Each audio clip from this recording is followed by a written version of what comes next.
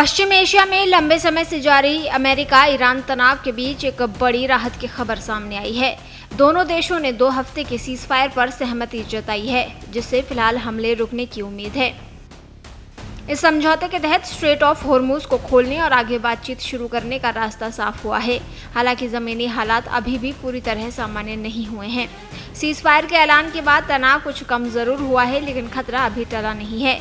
Iran ने अपनी सेना को फायरिंग रोकने का आदेश दिया है, लेकिन साथ ही साफ कह दिया है कि ये जंग का अंत नहीं है। ईरान ने चेतावनी दी है कि अगर दुश्मन ने कोई गलती की तो जवाब पूरी ताकत से दिया जाएगा। ईरान के सर्वोच्च नेता मुश्तबा खामेनेई ने सभी सैन्य इकाइयों को सीज़फायर का पालन करते हुए फायरिंग रोकने के निर्देश दिए हैं। यह बयान सरकारी प्रसारण माध्यम के जरिए जारी किया गया।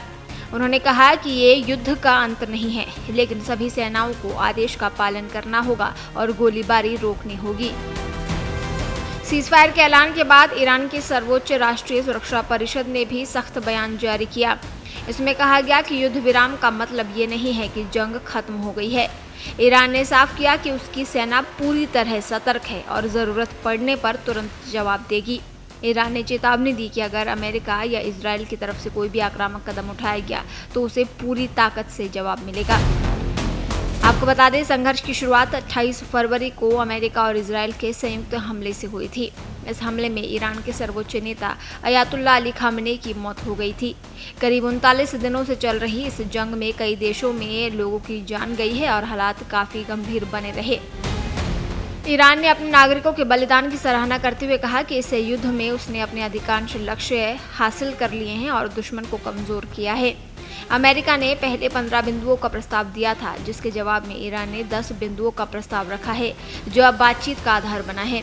इन शर्तों में होर्मुज स्ट्रेट से नियंत्रित आवाजाही क्षेत्र से अमेरिकी सेना की वापसी, ईरान पर लगे सभी प्रतिबंध हटाना और विदेशों में फंसी संपत्तियों को वापस करना शामिल है। इसके अलावा ईरान ने युद्ध में हुए नुकसान की भरपाई और इन सभी शर्तों को संयुक्त राष्ट्र सुरक्षा परिषद के प्रस्ताव के रूप में मंजूरी देने की मांग भी रखी है।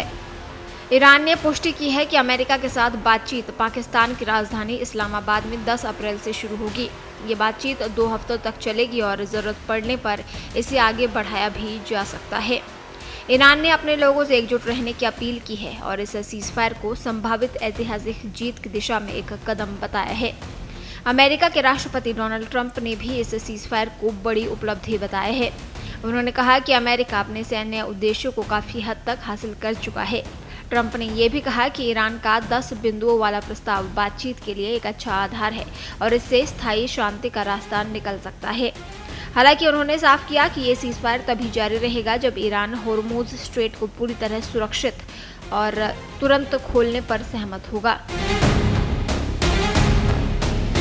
देश दुनिया की ताज़ा खबरें और वीडियोस के लिए अभी डाउनलोड करें पत्रिका ऐप।